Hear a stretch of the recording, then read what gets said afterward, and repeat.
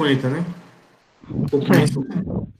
Então, pessoal, boa tarde a todos para mais um ciclo de seminário divulgando ciência para todos do nosso Instituto de Formação de Educadores. Hoje nós vamos ter a professora Maria Iracema, que vai falar para a gente, né, se é, pergunta o título dela, né, é possível realizar com investigação científica nas ciências naturais e matemática? Mas antes de ela começar a falar, né, eu gostaria de apresentar um pouco a professora Iracema, nossa colega de campus. Ela que é professora adjunta da UFCA, doutora em Educação Brasileira pelo Programa de Educação Brasileira da UFC. Pelo mesmo programa também obteve o seu mestrado e é especialista em gestão escolar, né? E ela é graduada em pedagogia também pela UFC. Então, toda a sua formação, né, ela fez na UFC. Ela é líder do grupo de pesquisa interdisciplinar em Ciências da Natureza, Tecnologia e Educação, em SINAT, da UFCA. Coordenadora do curso de Pedagogia da UFCA e tem experiência na área de educação, com ênfase em gestão escolar, atuando nas seguintes temáticas: avaliação do ensino e aprendizagem, gestão educacional, formação de professores, mapeamento cognitivo na aprendizagem assíncrona, ambientes virtuais de aprendizagem e educação à distância. Então, a professora Iracema, que já desenvolveu diversas atividades aqui no campus, né? Hoje está como coordenadora do curso de Pedagogia, a primeira coordenadora do curso, né, recém-implantada, vai falar um pouquinho aqui de sua experiência para a gente. Então, professora, muito obrigado por aceitar o convite, e a palavra é toda sua. Obrigada, professor Gilson. Boa tarde a todos, né? E a todas as pessoas. E antes de iniciar aqui a minha apresentação, eu quero agradecer o convite, né? Na pessoa do professor Gilson, colega querido da área da física, que é quem organiza esse ciclo de palestras, e estamos aqui para contribuir. Obrigada, professor. Vamos lá. Então, gente, eu vou falar mais especialmente, né, para os estudantes. Eu sei que aqui temos colegas, temos interessados, temos convidados, né, interessados em educação, mas a minha fala é mais voltada para os estudantes, né, os estudantes que agora estão nesse contexto de isolamento, né, social, contexto pandêmico. E esse ciclo de seminários ele foi pensado exatamente para mobilizar, né, para motivar esses momentos, essas trocas, porque o professor Gilson ele sempre organiza esses eventos, esses momentos mais presencialmente. Então, como estamos nesse momento, eles deram, né, sequência aí, é uma iniciativa que vem do curso de Física, e a qual eu parabenizo. Tá? É um prazer estar aqui com vocês e falar um pouquinho da minha experiência, né, nesses anos que eu estou nessa casa que me acolheu, né, na Universidade Federal do Cariri. Então, a minha fala, ela se inicia com essa pergunta, né, se é possível realizar co-investigação científica nas ciências naturais e matemática. No convite foi Ciências Naturais, mas aí por um errinho de comunicação, como o nosso curso, né? O curso aí é Licenciatura Interdisciplinar em Ciências Naturais e Matemática. Então, a pergunta é essa. Como vocês sabem, né, pela apresentação do professor Gilson, eu sou graduada em Pedagogia, então eu estou, né, nessa casa desde o primeiro semestre, quando começou esse curso, e sou uma das primeiras pedagogas, né, a integrar essa equipe. Então, para contextualizar, né, assim, a questão local, onde é que nós estamos, de onde é que nós falamos? Tem pessoas que estão participando, né, aqui dessa palestra que não necessariamente são daqui do Ceará. Então, a gente está no sul do Ceará, na cidade de Brejo Santo, né, a região do Cariri cearense, e nessa região nós temos aí uma universidade federal nova, novíssima, né, tem aí seus 6 anos de existência, pouco mais de 6 anos de existência. Então, esse curso, né, como eu já falei para vocês, esse campus e esse curso, né, que foi o primeiro curso de Ciências Naturais, licenciatura interdisciplinar em Ciências Naturais e Matemática, ele vem formando, né, professores nessa região. E é bem interessante porque, assim, aqui, exatamente aqui, agora, nesse momento, como ouvinte, a gente já tem ex-alunos que já estão atuando como professores, né, que já estão participando de programas voltados para a formação de professores. Então, é nesse contexto que a gente está inserido, tá? Mas, afinal, o que é co-investigação, né? Nessa era digital? Como é que a gente pode fazer? O que seria... eu esqueci de falar aqui, eu falei do curso de Ciências Naturais e Matemática, mas eu também coloquei aqui a logozinho do curso de Pedagogia, né, que é da onde eu venho, e as experiências que eu vou apresentar hoje, elas foram e estão sendo desenvolvidas na área de Ciências Naturais e Matemática, mas eu espero atingir aí também os estudantes, né, do curso de Pedagogia, que possivelmente me inspirarão para projetos futuros. Então, nessa apresentação, gente, eu vou tentar organizar, né, a apresentação em 4 fases, né? A primeira seria o contexto e o conceito de co-investigação, né?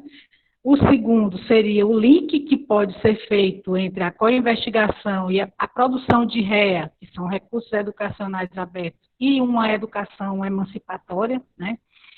A terceira seria mais voltada para a metodologia e para as habilidades voltadas para a produção de recursos educacionais abertos. E a quarta seriam os resultados dessas produções, né, em recursos educacionais abertos, aqui no âmbito do curso de licenciatura interdisciplinar em Ciências Naturais e Matemática. Com relação a essa questão da co-investigação, né, a gente pode refletir algumas questões que são voltadas e importantes para a apropriação, né, por conta de quem se interessa.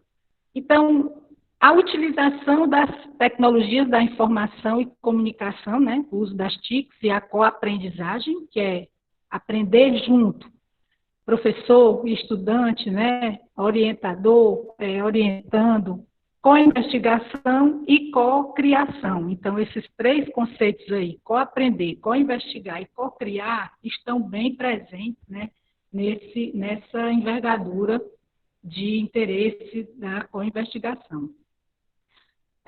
Outro aspecto é a produção, né, a utilização, e no caso aqui, a produção de recursos educacionais abertos, que seriam, né, aí pela siglazinha REA.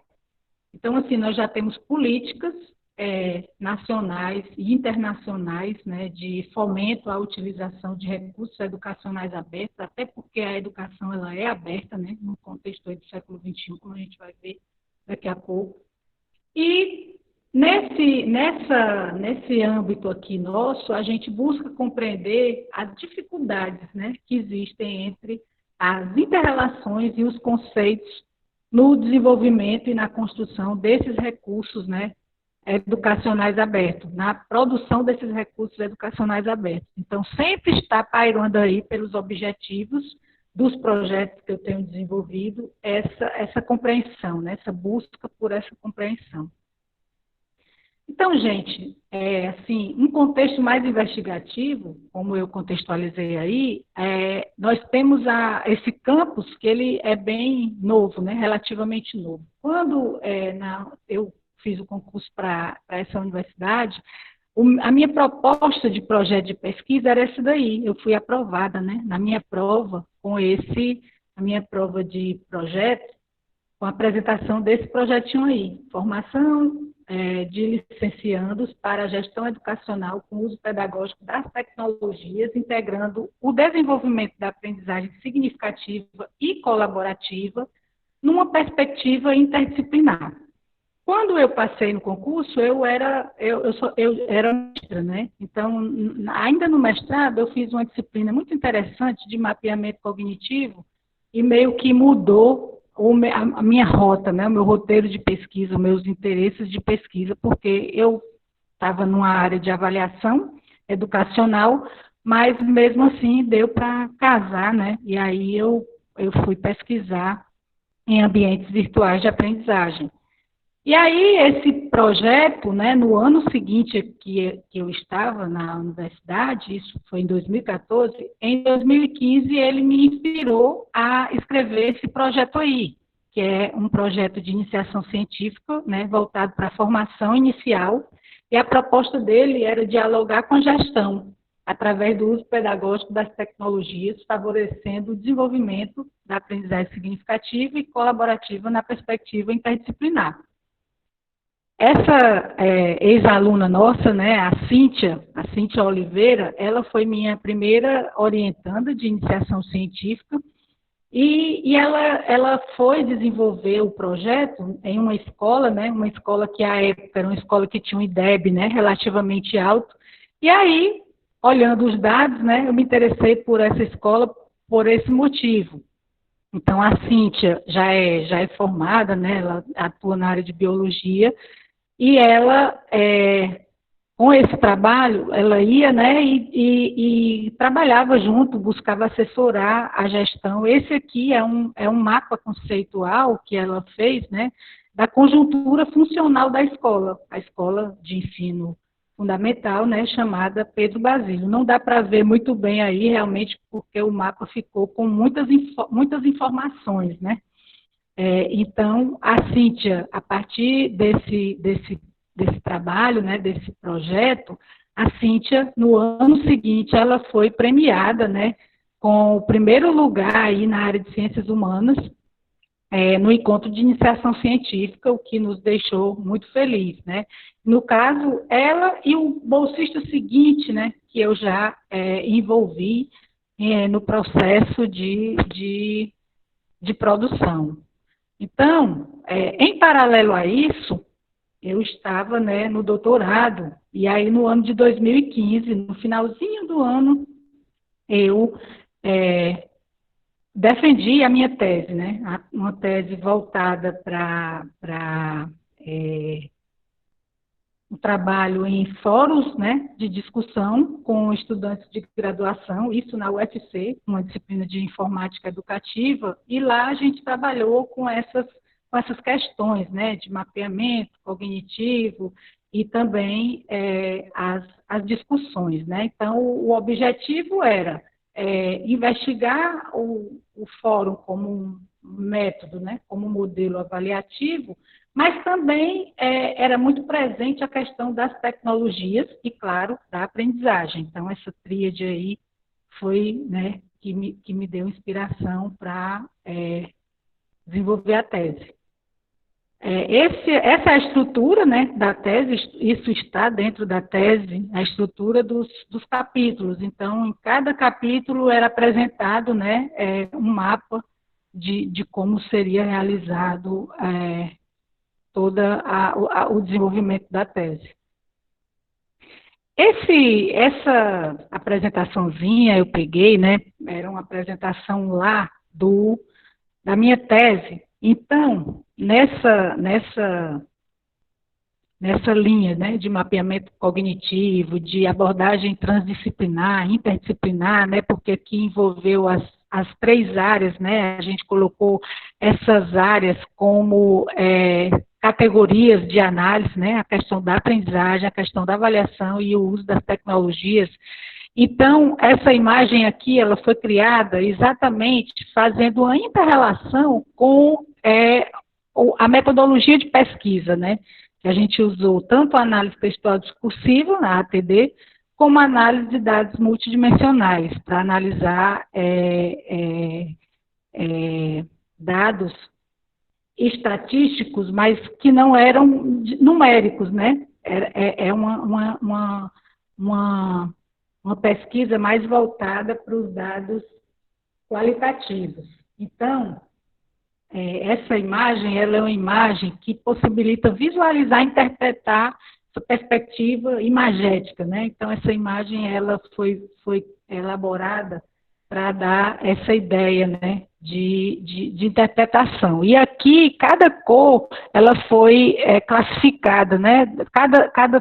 Cada campo cada um desses 3 campos, ele foi classificado numa cor, e essas 3 cores, elas se interrelacionavam, né, de modo que, a partir dessa interrelação entre elas, ia surgir um novo, que a gente denominou de sagrado, a partir de referenciais teóricos, e aí o sagrado era esse negro aqui, e aí quem tiver mais curiosidade, tem que buscar a tese para ver. Então, vamos lá. Outra inspiração para desenvolver esse tipo de pesquisa, né, vem, claro, da minha participação no grupo, como pesquisadora no grupo Omni, que é da UFC, né, o grupo que ele tem esse nome, né, uma abreviatura aí do currículo, aprendizagem, tecnologia educacional e avaliação, liderado pelo meu ex-orientador, né, pelo meu orientador de doutorado, o professor Júlio Wilson Ribeiro, querido. E aí também, depois, quando eu já estava aqui na UFCA, aí surgiu, né, em 2015, a ideia, né, de criar o grupo, a necessidade, na verdade, de criar um grupo de pesquisa, e aí surgiu o Ensinat, que é um grupo de pesquisa interdisciplinar em ciências da natureza, tecnologia e educação. E aí a gente tem algumas linhas, né, e temos agora na liderança eu e a professora Francione, podendo mudar, né, a depender da situação aí do contexto. No ano de 2015, então eu desenvolvi nessa linha, né, estava bem próximo da minha linha de pesquisa, mas no ano de 2015 para 2016, eu submeti um projeto que é meio que um hiato, tanto na temática como em outras questões, vocês vão já entender.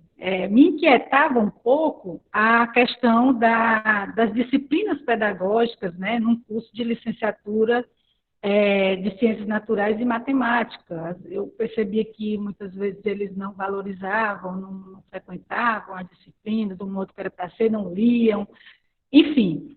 Então, eu achava que deveria dar, né, deveria observar mais essa questão da identidade, né, do professor a partir das disciplinas pedagógicas. E aí foi quando eu trabalhei com um bolsista que acabou desistindo do curso. Aqui ele, né, o Isaac da Silva Xavier, ele foi meu segundo orientando de iniciação científica, e o Isaac sempre dizia, eu não gosto, eu não quero fazer isso aqui e tal. E aí o Isaac queria fazer medicina. Depois o Isaac sumiu. Aí, para minha surpresa, agora, esse ano, ele apareceu, né, com o resultado que tinha sido aprovado aí num curso de medicina, e está feliz, que bom, né, que ele encontrou o seu caminho. Então, no ano seguinte, 2017, aí a gente já volta, né, com essa ideia para produzir materiais e utilização de RE, né, que são os recursos educacionais abertos, como prática educativa dialógica em pesquisa com tecnologia na formação docente, com estudantes de licenciatura. E aí, a inspiração já veio a partir de uma reforma que a gente teve no prédio, e aí já ia ser inaugurado, né, um espaço, um estúdio de gravação, uma rádio, e aí a gente iria ter ambiência, né, para desenvolver o trabalho melhor. Aí a bolsista Andressa, né, e esse é um outro bolsista também que trabalhou num projeto que a gente desenvolvia mídias, né, um projeto chamado Cefomídia, o Fausto. Eu acho que ele está até aqui presente também. Então, essa é uma das produções, né, os trabalhos que a Andressa desenvolveu, que a Andressa apresentou, produção de materiais educativos e utilização de RE como forma de estabelecer prática educativa ideológica no encontro de iniciação científica. Também, né, um dos resultados do trabalho dela foi uma revista online, né, para poder agregar as as produções aí que a gente desenvolveu em uma disciplina. Então, gente, no aspecto conceitual, né, a gente vai ter alguns conceitos importantes, né? O conceito de recursos educacionais abertos, ele já é posto, né, pela Unesco como uma possibilidade, né, de agregar materiais de ensino, materiais de aprendizagem, investigação para qualquer suporte, tanto digital e outros, né, que se situem no domínio público. Então, a lógica a lógica de recursos educacionais abertos é uma lógica que não tem interesse, né, financeiro. Então, exatamente para tornar, de fato, aberto como a rede em muitas das suas funções, né? Não todas, mas existem muito interesses comerciais, né, na rede, mas esse movimento é para isso. Então, o licenciamento aberto ele é construído no âmbito de uma estrutura existente, né, dos direitos de propriedade intelectual, tal como se encontram definidos por convenções internacionais. E segue muito também a lógica do direito ao conhecimento, à informação, né, à educação da sociedade. Então, o conceito de coaprender, né, que tem aí a origem do inglês co-learning, e assim, significa essa aprendizagem aberta e colaborativa, né, que a Okada vem dizer que é uma possibilidade de co-construção do conhecimento, acessível para todos e, claro, através das tecnologias, né. Co-investigar, já o conceito de co-investigar, ele advém dessa ideia, né, de co-learning. Existe uma rede de pesquisa co-learning, e atualmente, da qual a Okada faz parte, e também existem universidades, né, em todo o mundo, que se voltam muito para essa questão da educação aberta. E aqui no Brasil a gente tem aí um arremedo, vamos dizer assim, né, de educação aberta, que, no caso, não atende aos moldes propriamente ditos assim, internacional, apenas teve o financiamento público, né? Mas, por exemplo, como a Open University, né, de Londres, que é onde a Okada atua, então é uma universidade fantástica e que todos os cursos, toda a dinâmica, toda a produção é nessa linha, né, investigativa, coparticipativa e à distância, totalmente à distância, né? Então, essa rede, né, aqui que no Brasil existe já um movimento agregando várias universidades, ela se fundamenta na abertura para a colaboração, né, no qual esse conhecimento vai ser produzido na web, para a web, né, sempre disponível. Então, assim, as produções, os livros, os artigos, tudo fica disponível. Como é a lógica que a gente tem acesso também nas revistas, mas as revistas elas têm também muito esse cunho comercial, porque a gente muitas vezes tem que se pagar, né, para se publicar. Então, é uma lógica de construção de forma colaborativa, né? A colaboração é bem presente.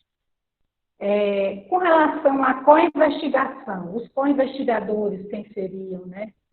Esses co-investigadores, eles são retratados como os participantes ativos. Aqui, nas pesquisas que eu desenvolvo, o co-investigador é o estudante que vem para somar, para colaborar, não só para aprender ou para adquirir conhecimento, né, com alguém que detém o conhecimento. Então, esses seriam, né, os co-investigadores com os processos de co-investigação.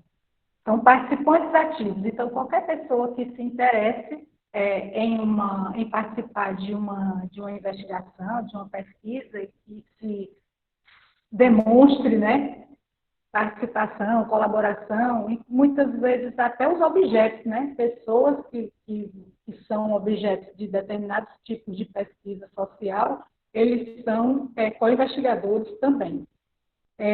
mapeamento cognitivo, né? Na pesquisa é possível a gente desenvolver análise e também síntese dos conteúdos pesquisados, né? Por meio de mapas. Então, o mapeamento cognitivo é conceituado também como uma área, né, de pesquisa a partir dessas dinâmicas, né, de uso de síntese de conhecimento. Que seria o mapeamento cognitivo, né? Os mapas cognitivos, eles são, de acordo com a OCADA, representações gráficas do mundo intelectual, né? Da mente humana. Então, esse mapeamento, ele vai dar início, né? Ele vai gerar uma linha nova, né? Que se chama também cartografia cognitiva. Então, aí tem alguns conceitos, e aí a gente tem também esse conceito mais abstrato, né, e complexo, a partir de imagens que o Pierre Levy vem colocar. Aí o conceito, né, de cartografia cognitiva, que ele é trabalhado pela OCADA, desenvolvido pela OCADA, e aí ela vai... vários outros autores também vão identificar que, a partir de uso de mapas, né, é possível a gente trabalhar nessas diversas linhas, projetos, reuniões, escrita, né, a organização de casa, a organização de diversas institucionais, né, o próprio aprendizado, que é o que nos interessa mais, né, no ensino e aprendizagem, é mais nessa linha que está o nosso campo de interesse, né? E também planejamento. Técnicas, algumas técnicas de mapeamento. Quais seriam as técnicas e os softwares para mapear? A gente tem aí técnicas, tanto mapas da mente, mapas conceituais, mapas da web, mapas argumentativos. E aqui ao lado a gente tem os softwares, né? A maioria desses softwares, eles são livres também, né? Eu trabalho muito com mapas conceituais, então os softwares que a gente utiliza são esses aqui, né? O Prometheus e o Xmind 8, que é novo aí para mim, para o meu bolsista, mas a gente está desbravando. Então, o contexto atual, né, é um contexto de educação emancipatória e muito por conta da questão digital, por conta do conhecimento, né, poder estar aqui na palma das nossas mãos a partir desses dispositivos móveis que são computadores, né, de mão. E aí essa imagem é só representativa das interações que ocorrem, né, na internet no século XXI. Esse seria um dos links, né, para a educação emancipatória. O link mais importante que temos atualmente para desenvolvermos, né, qualquer ação que seja, que dependa de participação, de colaboração, né, de rede. Então, é a principal, vamos dizer assim, condição para que a gente desenvolva projetos dessa envergadura. E aí, a educação emancipatória na era digital, mas não fechada, né? Aí eu incluí aí o conceito aberta. Aberta, essa imagem aqui, gente, ela é uma imagenzinha representativa, né? Um mapa de uma rede de relacionamento. Então, uma rede mapeada a partir das interações, né, de um grupo. Então, assim, naturalmente, as pessoas vão se comunicar, as pessoas se comunicam. Esse outro mapa aqui já é um mapa, né, representativo aí de uso do software CMF Tools, feito pela própria organização, né, lá deles, e aí onde as pessoas usam. Com certeza, hoje aqui a gente já teria mais pontinhos amarelos, né, aqui no Brasil, porque essa imagem é de 2007. Eu tentei achar uma imagem mais presente, né, mais atual, e não consegui. Mas, então, a educação ela vai se dando nessa era digital, né, emancipando as pessoas de forma aberta, livremente, né, e também coletiva. A característica do momentânea, né, do contexto do século século XXI, a gente também não pode fechar a informação, esconder, né? Está tudo aberto e é coletivo, o direito à informação. Não podemos querer só para a gente, né? Não podemos querer só para o nosso grupo, temos que socializar e isso vai tornando comunidades ainda mais ricas, a riqueza nessa educação voltada para a emancipação. Nesse aspecto, né, da educação em rede, essa imagenzinha aqui eu usei como imagem final lá na minha tese, na apresentação da minha tese.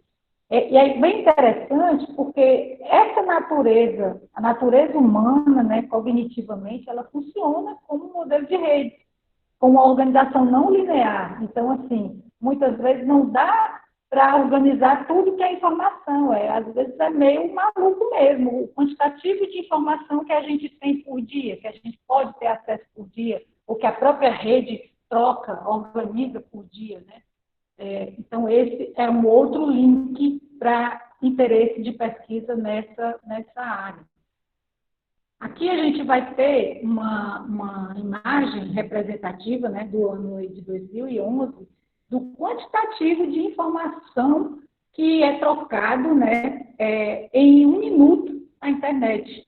Então, assim, a gente vai ver que não dá para segurar a comunicação, é como se fosse realmente uma rede de fofoca, mas aqui estão havendo trocas comerciais, trocas afetivas, trocas educacionais, né, trocas variadas de informações. Então, todos nós acabamos que não conseguimos, né, nos mantermos afastados da rede, a rede de computadores. Então, vamos lá. Em 2018, aí eu desenvolvi, em 2018 eu escrevi esse projeto atual, né, que é o projeto que eu estou desenvolvendo. As coisas foram mudando e a nossa submissão de projeto passou a ser de uma pesquisa trianual, né? Então, o projeto ele passou a ser para ser desenvolvido em planos de trabalho para 3 anos. Então, esse aqui foi o primeiro plano, né? Co-investigação e desenvolvimento de REA para fins educacionais nos formatos de e-books, né? Junto com o bolsista, a gente quis desenvolver, a gente pensou grande demais, né? A gente pensou em desenvolver e-books, jogos, revistas e vídeos.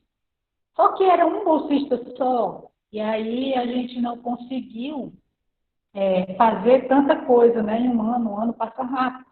E aí o título do projeto geral é esse, ó, Transdisciplinaridade com investigação na pesquisa educacional, desenvolvimento de REA para formato de, aí eu já coloquei para vocês, né? Então, esse era o meu bolsista, né, o João Paulo, e o João Paulo ele tinha uma habilidade muito boa ele também já é formado, uma habilidade muito boa para edição de vídeos, né? Então, ele desenvolveu alguns resultados, né? Durante a pesquisa, ele desenvolveu e-books, a gente desenvolveu, né? Em parceria, claro, em colaboração, e-books, juntamente com outros alunos, né? Da graduação, do primeiro semestre, e aí ele agregava, ele pesquisava essas ferramentas, esses espaços para a gente logar. E aí ele produziu essa revista EducaIF. Também o mapeamento, né? Ele fazia todo o mapeamento conceitual dos estudos dele, e aí ele produzia os mapas. E aí também ele desenvolveu essa revista aqui, Revista Compartilha, né? Foi criada em 2019, nessa plataforma, e ela agrega materiais produzidos por outros alunos da graduação. Como eu falei para vocês, ele trabalhava, né, era muito bom com produção de vídeo, com edição de vídeo, então ele criou um canal, a gente criou um canal, né, e esse canal ele estava associado ao Centro de Formação, né, de Mídias, que aí foi um título que a gente deu, acabou que foi um projeto que desenvolvemos, e aí os vídeos eram logados, né, tinha um programa de rádio, tinha várias ações nesse projeto. E aí os vídeos eram logados nesse canal. Pronto, esses 2 outros esses dois outros planos de trabalho, né, são referentes ao ano de 2019 e o de 2020, que vai começar agora. Então, para esses dois planos, aí a gente está trabalhando, né, com um outro bolsista, que é o Felipe Nascimento Silva. Daqui a pouco ele vai falar para vocês. Ele é um co-investigador, né, nessa pesquisa. E aí, o Felipe, ele no primeiro ano, né, no ano passado, a gente trabalhou com jogos e vídeos educativos.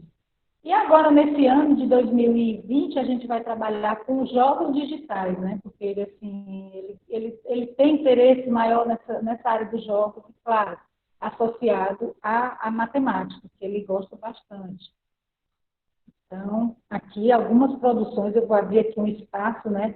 Dentro do link, eu vou abrir um espaço para apresentar algumas produções do Felipe, né? Do Felipe aqui é de estudo mesmo dele, eu só oriento, só passo as leituras e ele faz as leituras e depois produz aí os mapas. Esse aqui foi feito no Xmind, esse também, né? Esse aqui já está bem mais elaborado.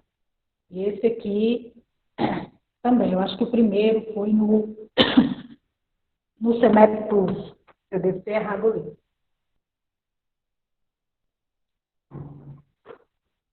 Então, com a investigação na produção de REA visa alinhar, né? Uma pesquisa científica e a inovação tecnológica visando favorecer as necessidades educativas sociais, né? Isso a partir desses movimentos, né, políticos que existem para ampliar cada vez mais as produções no formato de REA. Aí, a partir dessa, aí está citado aí a Unesco, né, que é uma conferência que houve em 2019. Só um minutinho aqui, que eu acho que a minha bateria está acabando. Prontinho. Então, algumas habilidades, né, para a produção de REA. A exemplo aí dos estudantes com quem eu trabalhei.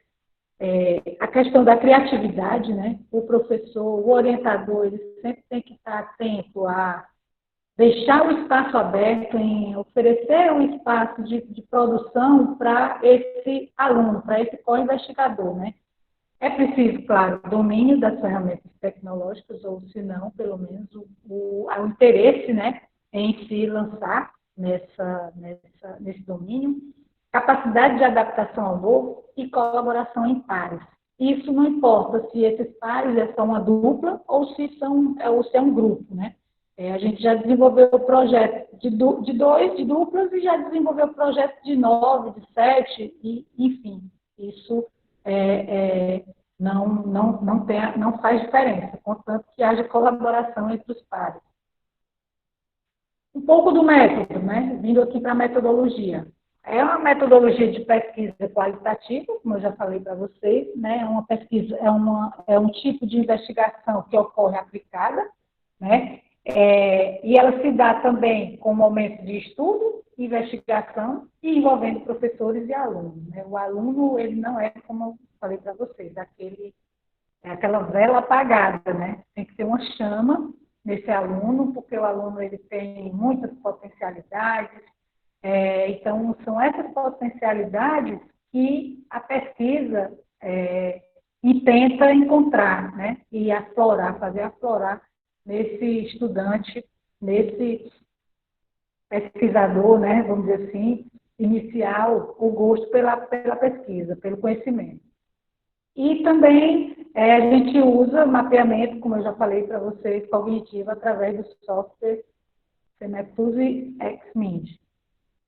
Os mapas conceituais, né, que são produzidos pelos estudantes, sempre que eles também participam dos grupos de pesquisa, então muitas vezes eles apresentam, eles são oficinas, né, e são sempre utilizados, ao final, os melhores, claro, né, os melhores mapas são utilizados como análise, né, interrelacional aí ao final das pesquisas. E também a organização das atividades discentes ligadas à pesquisa, elas sempre se centram na produção e nessa elaboração de recursos educacionais abertos. contando com a apresentação periódica desses materiais, né, para a comunidade acadêmica, claro, através das redes de comunicação virtual. Então, vamos ver aqui algumas das produções, né, desses bolsistas, né? Aqui a gente tem um capítulo de livro aí que está no Prelo, que já foi produzido desde o ano passado, que já era para ter sido lançado esse livro, mas aí ainda está faltando alguma coisa. Eu sei que eu não tive acesso ainda ao ISPN, mas vai sair. Então, um capítulo de livro aí que a gente escreveu com investigação, né? Eu, o João Paulo, né? E o Felipe Nascimento Silva, com investigação na formação de professores para o desenvolvimento de recursos educacionais abertos, em que a gente pormenoriza, né, todo o processo desenvolvido lá no ano de 2018. As produções realizadas no ano de 2018, os métodos, todo o trabalho. Esse ano, esse aqui é o resultado, né, de um trabalho apresentado num congresso de ciência e tecnologia que o Felipe apresentou, né? É de autoria minha e dele, mais dele do que minha, que ele é o autor principal. E aí, nesse trabalho, ele faz uso, né, ele trata como utilizou o Scratch para desenvolver um jogo educativo, com finalidades, né, de atingir o ensino e a aprendizagem da matemática, né? Então, ele apresentou, e a partir da apresentação desse trabalho, nós somos convidados, né, para publicar esse resultado em uma revista. Então, a gente vai agora ampliar o trabalho para publicar nessa revista. Aí, pelos próximos dias, estaremos nesse trabalho.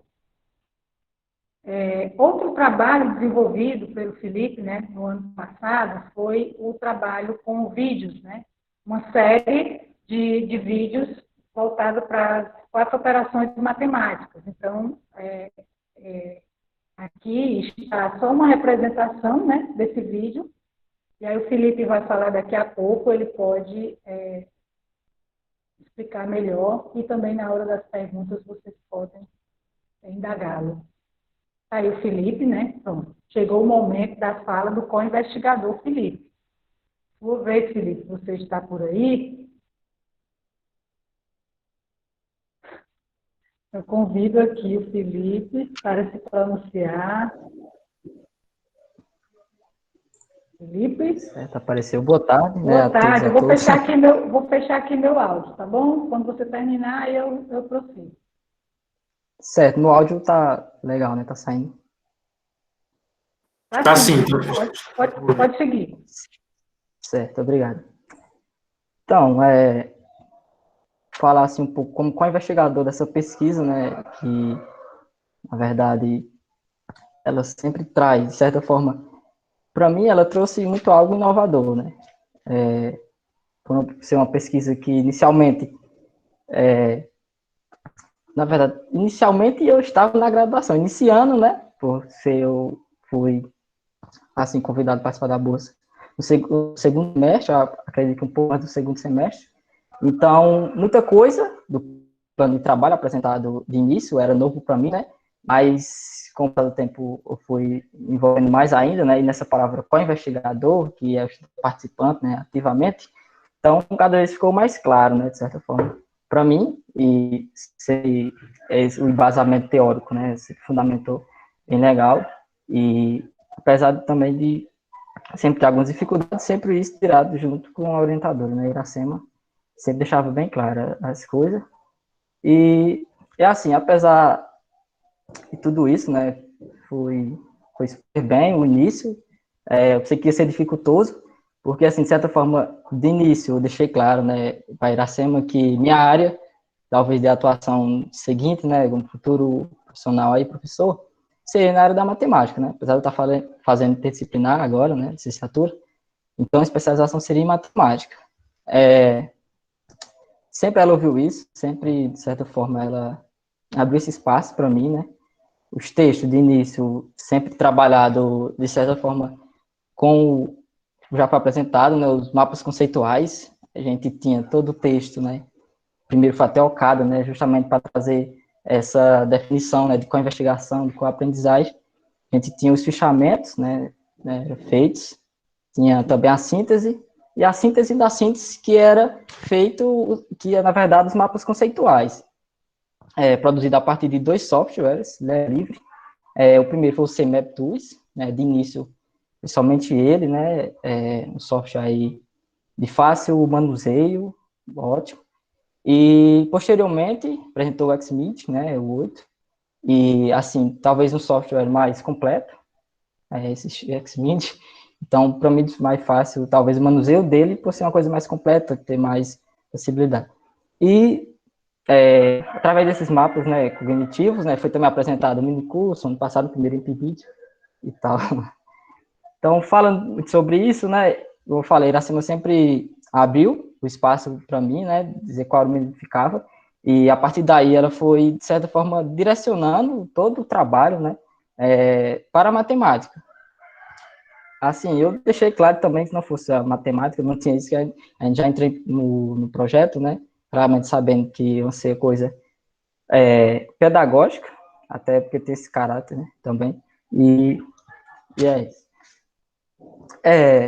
Foi basicamente uns 6 meses de vazamento teórico, direcionando sempre para essas áreas, né, futuras produções, seriam os jogos e vídeo, e sempre, em relação a tudo isso, né, sempre trazendo embasamento junto com a produção de jogos e a produção de vídeo, né.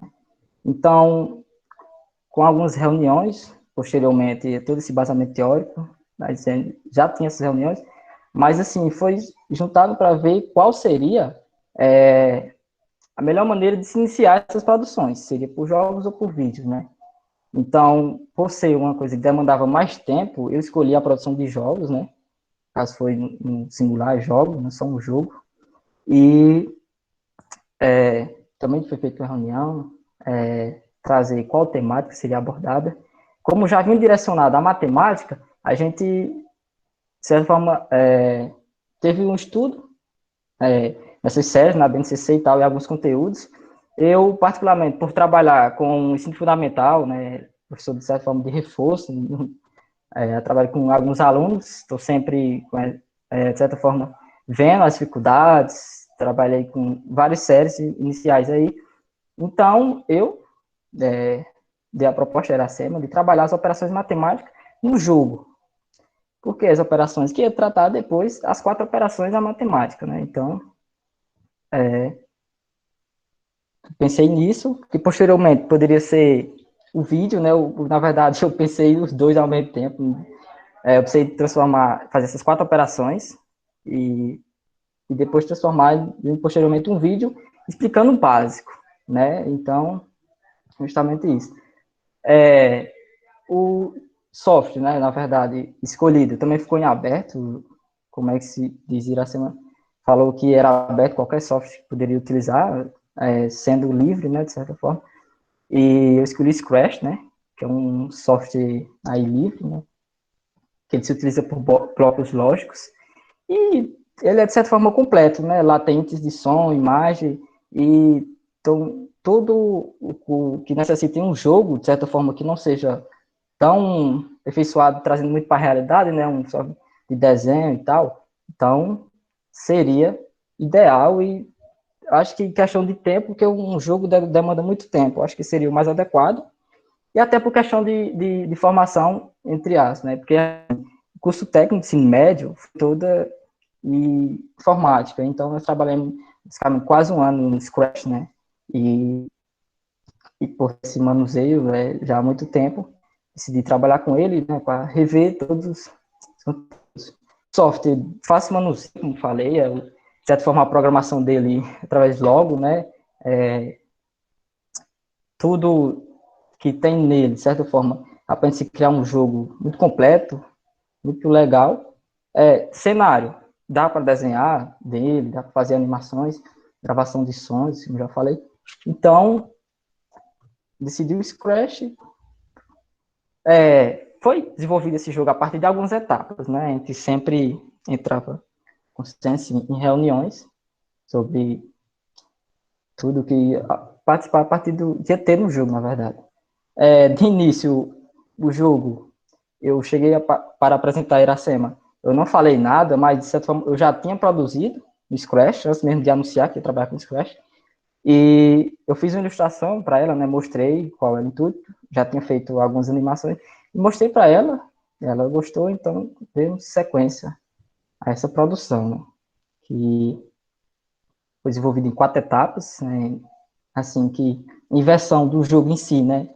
Foi feito em 12 versões, finalmente, e sempre nessa coisa, né? De sempre inovando. Só para conceituar um pouco o Scratch, né? Ele é um software que eu já falei, blocos, e ele foi desenvolvido, né? Programação em linguagem, criada pelo Media Lab, né? Do MIT, lá em Massachusetts, no Instituto de Tecnologia. E, então, da forma internacional e muito completo. Jogo esse, né? Que, como a Iracema colocou algumas imagens anteriormente, deu para perceber que a programação dele, como falei, é por blocos, né? Então, esses blocos, eles, de certa forma, já são programados. O que você vai fazer? Você vai fazer uma montagem. Essa montagem é de acordo com o que você quer dentro do jogo, né? E tudo isso. Então, eu só utilizei, de certa forma, o Scratch e a parte do áudio, o Audacity, né? Mas eu poderia fazer muito bem dentro do próprio Scratch. Tinha um áudio, uma editoria muito boa, mas eu preferi o Audacity, né? Então, isso foi software utilizado na produção dos jogos. Então, esse jogo futuramente, né, rendeu uma publicação, assim, uma submissão, né, no evento, primeiro congresso disciplinar em Ciências e Tecnologia. E, Iracema falou, fomos convidados a publicar e vamos aí dar sequência e publicar, né? Felipe, fala um pouquinho aí quando você enviava para mim as propostas e eu pedia aprimoramentos, né? Às vezes o jogo vinha assim, paradão, aí eu pedia, Felipe, dá um pouquinho mais de realismo, dá um pouquinho mais de interação para tornar o jogo mais agradável, né? Mais interessante para a meninada, né? Então, geralmente eu faço essa parte, né? A parte de orientador, parte chata, né? É uma parte chata, mas que é uma parte necessária para aprimorar o produto. Olha aí. Com certeza, né? Porque, assim, às vezes a gente tem muita ideia que, se for colocar em prática, muitas vezes não dá certo ou talvez não fique legal para outra pessoa, né? Justamente o que assim eu fazia. Faltava muita coisa, às vezes, né? Tipo, já tinha mandado algumas versões, uma música de fundo. Colocava uma música de fundo muito adulta. Parece que eu coloquei uma de... Eu não lembro muito bem, se foi Raul Seixas, eu sei que não é o nome do cantor, mas, assim, a Iracema pediu para colocar uma mais de criança, assim, né? Uma música mais animada, tal, de fundo. Então, eu coloquei isso. É muito legal, porque a gente, de certa forma, vai aprimorando as suas ideias, que a gente tem muitas ideias. E também a parte das operações, né? Faltava uma contextualização, estava só número.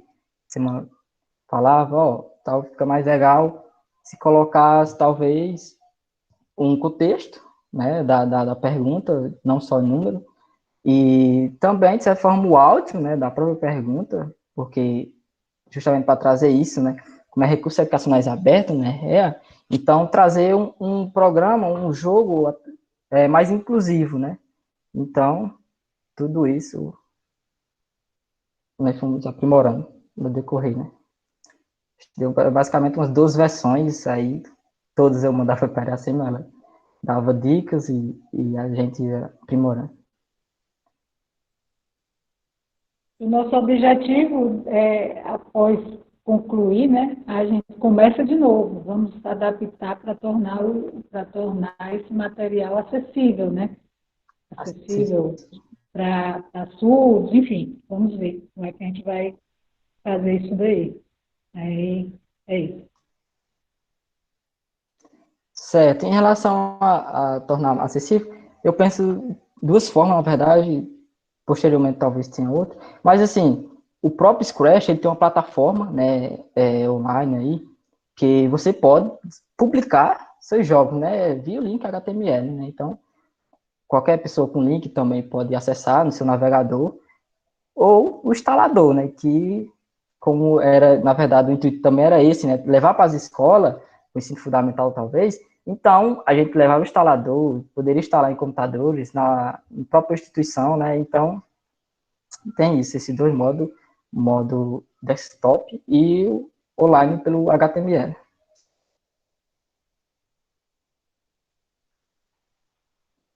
Assim, quer direcionar mais ou menos algum fala, talvez você tenha Beleza, esquecido, Felipe. talvez. Não, se você tiver concluído, vamos deixar um pouquinho para as perguntas aí dos participantes, né? Se você tiver concluído, a gente pode dar sequência. Terminou, Iracema? Estamos já quase terminando, Gil. Pronto, após essa abertura aqui para a participação do Felipe, só mostrar aqui alguns outros resultados, né, com investigativos aqui que eu desenvolvi, orientações, né, de publicações com estudantes aqui do curso de licenciatura interdisciplinar em Ciências Naturais e Matemática, né, projetos, aqui também publicação, projetos de extensão, né, esse projeto aqui, eu escrevi o projeto, era um projeto de leitura para ser desenvolvido na escola de ensino médio, e aí eram 2 bolsistas, né? O Gustavo, aqui, ó, e o Júlio. E a Cíntia era minha bolsista de iniciação científica. Então, eles eram de extensão. Então, como a gente não tem muito tempo de ler, depois que chega aqui na universidade, ler, eu me refiro a leituras de literatura, leituras prazerosas, não é só leitura de trabalho, tá? Então, eu escrevi o projeto e era uma forma de eu ler também. Então, a gente ia ler, né? A gente ia lá ler com os alunos, enquanto a gente tinha prazer, forçava aí, né? Fomentava esse gosto, depurava esse gosto pela leitura nos estudantes de ensino médio. Aqui é um mapa conceitual, que eu adoro esse mapa, foi o bolsista que desenvolveu, e é um mapa conceitual do livro que a gente leu, né? Que eles leram, que os estudantes leram, que é o livro Assim Falava Zaratustra. Então, a ideia era essa, era os alunos ler e elaborar mapas, né? Mapas que representassem aí o entendimento deles, né? E a leitura, sintetizasse os livros. E aqui um momento com esses estudantes, né, na escola de ensino médio, né, aqui o bolsista, aqui o coordenador da escola. Aqui uma foto, geralmente quando terminava, né, o momento, a gente sempre fazia aí essa foto. Então, gente, para responder a pergunta, né, se é possível realizar com investigação científica nas ciências naturais e matemática. Em qualquer área, se houver boa vontade, se houver abertura, se houver interesse, se houver essa coparticipação, né, dos investigadores junto com os seus orientandos, é possível que haver co-investigação. E o interesse mais interessante, né, o mais interessante desse tipo de pesquisa é exatamente dar o espaço, né, de participação, de construção do conhecimento, de formação para o estudante, aqui no caso nós estamos falando de uma licenciatura, né, do estudante de graduação em licenciatura, para ele já ir atuando, já ir se aproximando da realidade de ensino lá que ele vai desempenhar em pouquíssimo tempo, né. Então, aqui tem algumas referências, né, está na apresentação. E assim, eu finalizo agradecendo, tá aí as redes sociais, e aí a gente passa aí a palavra para o professor Gilson, né? Se tiver alguma contribuição, alguma participação, a gente... Ok, professora Sema, muito obrigado por compartilhar conosco sua experiência, né? Um pouquinho de sua experiência, na verdade. Certo? Seus trabalhos desenvolvidos aqui no IFE, né? Também ajudaram na sua tese de doutorado, né? Enfim, parabéns pela apresentação. Parabéns também, Felipe, né, por participar, né, por colaborar, né, nesta apresentação. E, como dito antes, né, a gente encerra aqui a gravação, certo? Mas vamos continuar em seguida, né, com a discussão, com o debate. Então, quem quiser fazer perguntas, pessoal, já pode ir se inscrevendo no chat, que eu vou abrindo para as perguntas.